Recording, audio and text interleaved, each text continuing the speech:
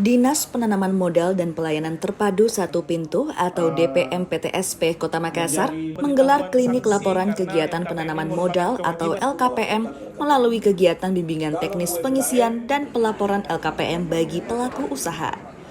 Dalam kesempatan ini, Kepala DPM PTSP Kota Makassar, Andi Sulkifli Nanda, melakukan launching aplikasi Sipak Namamo atau Sistem Informasi Pengendalian Penanaman Modal.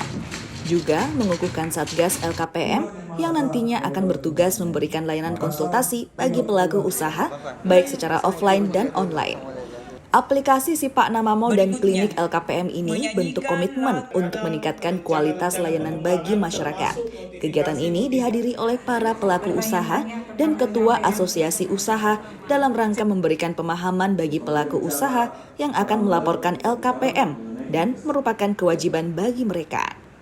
Kegiatan BIMTEK ini dapat meningkatkan kualitas dan kuantitas pelaporan LKPM pelaku usaha dan tentunya akan meningkatkan laporan realisasi investasi di Kota Makassar yang akan dirilis oleh BKPM setiap tahunnya.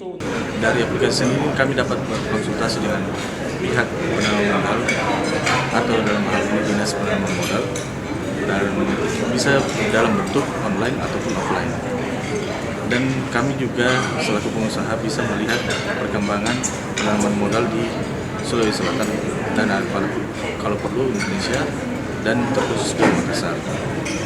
Saya Andi Sulkifli Nanda, SSTP MSI, Kepala Dinas Penanaman Modal dan Pelayanan Terpadu Satu Pintu Kota Makassar, mengingatkan dan menyampaikan kepada para pelaku usaha untuk segera melaporkan LKPM-nya atau laporan kegiatan penanaman modal di triwulan ketiga tahun 2023.